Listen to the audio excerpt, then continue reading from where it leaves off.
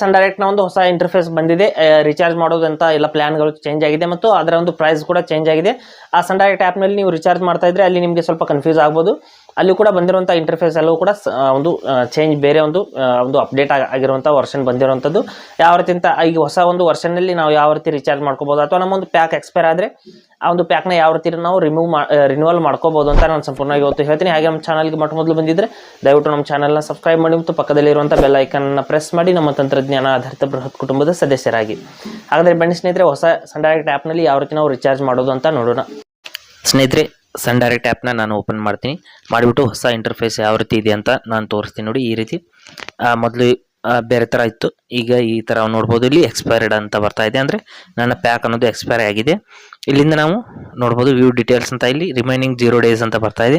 ಇಲ್ಲಿ repeat recharge ಅಂತ ಇಲ್ಲಿ ಕ್ಲಿಕ್ ಮಾಡಿದರೆ ನೋಡ್ಬೋದು your current pack is not available ಅಂತ ಬರ್ತಾ ಇದೆ. ಅಂದರೆ ಈಗೆಲ್ಲ ಪ್ಲ್ಯಾನ್ಗಳು ಚೇಂಜ್ ಆಗಿದೆ ಅಂತ ಹೇಳ್ತಾ ಇದೆ ಸ್ನೇಹಿತರೆ. ಓಕೆ ಅಂತ ಕ್ಲಿಕ್ ಮಾಡ್ಕೊಳ್ಳೋಣ.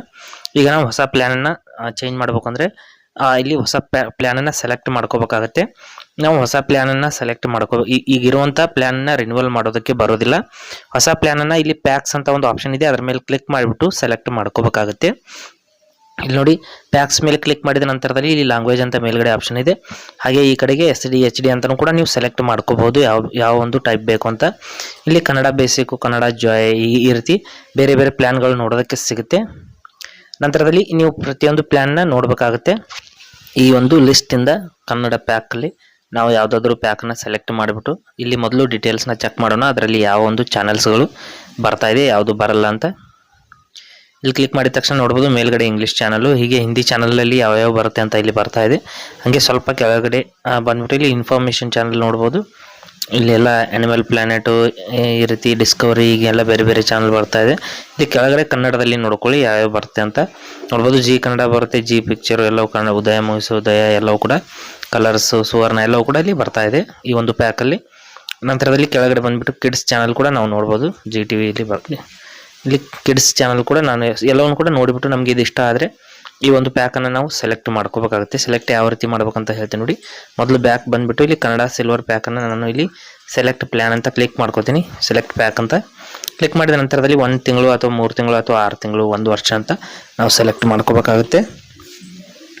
ನೋಡಿ, 6 ತಿಂಗಳು 1 ವರ್ಷ ಮಾಡಿದರೆ ಸ್ವಲ್ಪ ನಮಗೆ ಪ್ರೈಸ್ ಕಡಿಮೆ ಆಗುತ್ತೆ, ಅಂದರೆ ಪರ್ ಮಂತ್ ಕಡಿಮೆ ಆಗುತ್ತೆ. ಇಲ್ಲಿ ನಾನು 1 ತಿಂಗಳನ್ನ ಸೆಲೆಕ್ಟ್ ಮಾಡ್ಕೋತೀನಿ. ಈ ರೀತಿ ಸೆಲೆಕ್ಟ್ ಮಾಡಿಬಿಟ್ಟು ಕನ್ಫರ್ಮ್ ಅಂತ ಕ್ಲಿಕ್ ಮಾಡ್ಕೊಳ್ಳೋಣ. ಕನ್ಫರ್ಮ್ ಅಂತ ಕ್ಲಿಕ್ ಮಾಡಿದ ನಂತರದಲ್ಲಿ ಇಲ್ಲಿ ನೋಡಿ ಪೇ ಅಂತ ಒಂದು ಆಪ್ಷನ್ ಇದೆ, ಅದರ ಮೇಲೆ ಕ್ಲಿಕ್ ಮಾಡಿಬಿಟ್ಟು ನಾವಿಲ್ಲಿ 2 ಪೇಮೆಂಟ್ ಗೇಟ್ವೇ ಇದೆ. ಇದರಲ್ಲಿ PayU ಅಥವಾ Paytm ಎರಡರಲ್ಲಿ ಯಾವುದಾದ್ರೂ ಒಂದು ಪೇಮೆಂಟ್ ಗೇಟ್ವೇನ ಸೆಲೆಕ್ಟ್ ಮಾಡಿಕೊಂಡು ಇಲ್ಲಿ ಪ್ರೊಸೀಡ್ ಟು ಪೇ ಅಂತ ಕ್ಲಿಕ್ ಮಾಡ್ಕೊಳ್ಳೋಣ. ಮಾಡಿದ ನಂತರದಲ್ಲಿ ನಮ್ಮ ಒಂದು ಪೇಮೆಂಟ್ ಪೇಜ್ ಅನ್ನೋದು ಓಪನ್ ಆಗುತ್ತೆ. ಇಲ್ಲಿ ನೋಡಿ, ಇಲ್ಲಿ ಕಾರ್ಡು, ನೆಟ್ ಬ್ಯಾಂಕಿಂಗ್, UPI ಹಂಗೆಲ್ಲ ಬೇರೆ ಬೇರೆ ಆಪ್ಷನ್ಸ್ ಇದೆ. ಇಲ್ಲಿ ಪೇ ಬೈ UPI ಅಂತ, ಎನಿ UPI ಅಂತ ಇಲ್ಲಿ ಒಂದು ಆಪ್ಷನ್ ಇದೆ, ಅದರ ಮೇಲೆ ನಾವು ಕ್ಲಿಕ್ ಮಾಡ್ಕೊಳ್ಳೋಣ. ಮಾಡಿಬಿಟ್ಟು ಇಲ್ಲಿ UPI ID ನ ಹಾಕಬೇಕಾಗುತ್ತೆ. ನಮ್ಮ ಒಂದು ಫೋನ್ಪೇ ಅಥವಾ ಗೂಗಲ್ ಪೇನಲ್ಲಿ ನಮ್ಮ ಒಂದು ಇರುವಂಥ ಒಂದು UPI ID ನ ಇಲ್ಲಿ ನಾವು ಎಂಟರ್ ಮಾಡಬೇಕು. ಎಂಟರ್ ಮಾಡಿಬಿಟ್ಟು ನೋಡಿ, ಈ ರೀತಿ ನಾನು UPI ID ನ ಎಂಟರ್ ಮಾಡ್ತಾ ಇದ್ದೀನಿ. ಫೋನ್ಪೇದಲ್ಲಿ UPI ID ತಗೊಳ್ಳೋದು ಹೇಗೆ ಅಂತ ವಿಡಿಯೋ ಕೂಡ ನಾನು ಆಲ್ರೆಡಿ ಮಾಡಿದ್ದೀನಿ, ಡಿಸ್ಕ್ರಿಪ್ಷನಲ್ಲಿ ಲಿಂಕ್ನ ಹಾಕಿರ್ತೀನಿ ಸ್ನೇಹಿತರೆ, ಅದನ್ನು ಬೇಕಾದ್ರೆ ನೋಡಿ ವಾಚ್ ಮಾಡಿ. ನಂತರದಲ್ಲಿ ಇಲ್ಲಿ ಪ್ರೊಸೀಡ್ ಆ್ಯಂಡ್ ಪೇ ಅಂತ ಇಲ್ಲಿ ಕ್ಲಿಕ್ ಮಾಡ್ಕೊಳ್ಳೋಣ. ಮಾಡಿದ ತಕ್ಷಣದಲ್ಲಿ ಈ ರೀತಿ ಒಂದು ಪೇಜಲ್ಲಿ ಓಪನ್ ಆಗುತ್ತೆ. ಅಂದರೆ ನಾನು ಫೋನ್ಪೇನ ಒಂದು UPI ID ಹಾಕಿದ್ದೀನಿ, ಅದಕ್ಕಾಗಿ ಮೊದಲು ಫೋನ್ಪೇ ಆ್ಯಪ್ನ ಓಪನ್ ಮಾಡಿಬಿಟ್ಟು ಪೇಮೆಂಟ್ ಮಾಡಿ ಅಂತ ಹೇಳ್ತಾ ಇದೆ.